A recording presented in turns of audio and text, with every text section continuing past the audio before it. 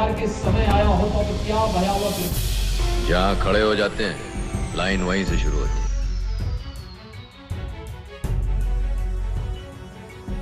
देश के सबसे बड़े सूबे उत्तर प्रदेश में होने वाले आगामी विधानसभा चुनाव को लेकर सभी पार्टियां तैयार हैं। वहीं इस चुनाव में प्रदेश की सत्ताधारी पार्टी बीजेपी ने भी अपनी पूरी रणनीति तैयार कर ली है। कयास लगाए जा रहे हैं कि इस चुनाव में यूपी के मुख्यमंत्री योगी आदित्यनाथ श्री कृष्ण की जन्मभूमि मथुरा से चुनाव लड़ सकते हैं।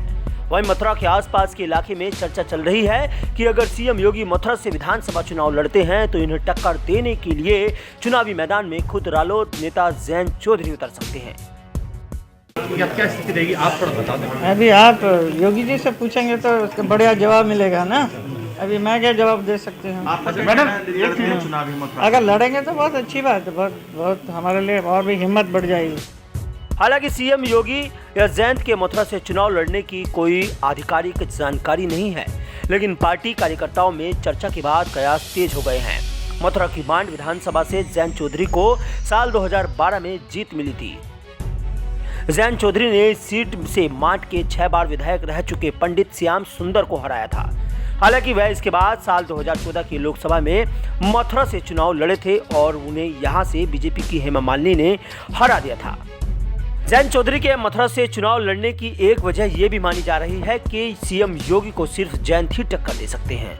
अंदर की खबरों की माने तो मथुरा के बनिया इस बार बीजेपी से नाराज है।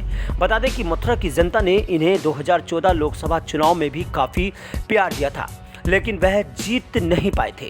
इसके बाद साल 2017 में हुए विधानसभा चुनाव में जयंत की रालोद काफी पीछे रही थी।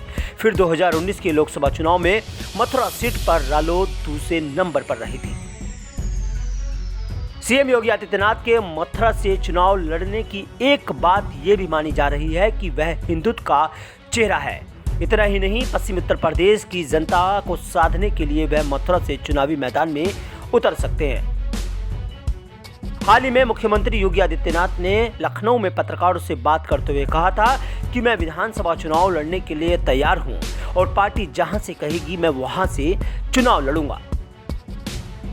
बता दें कि रालोद यूपी में अखिलेश की सपा के साथ मिलकर चुनाव लड़ रही है। इस चुनाव में रालोद का पश्चिमी उत्तर प्रदेश में दबदबा माना जा रहा है।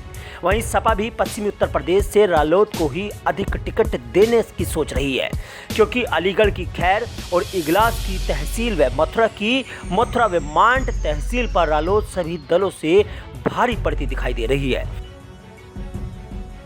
अब ये तो 2022 तय करेगा कि आखिर किसको मिलेगी जीत और किसकी होगी जीत।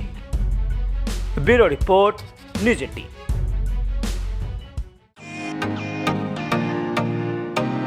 फेसबुक और यूट्यूब के बाद अब आपका पसंदीदा चैनल न्यूज़ 18 डेली हंट पर भी फॉलो करें।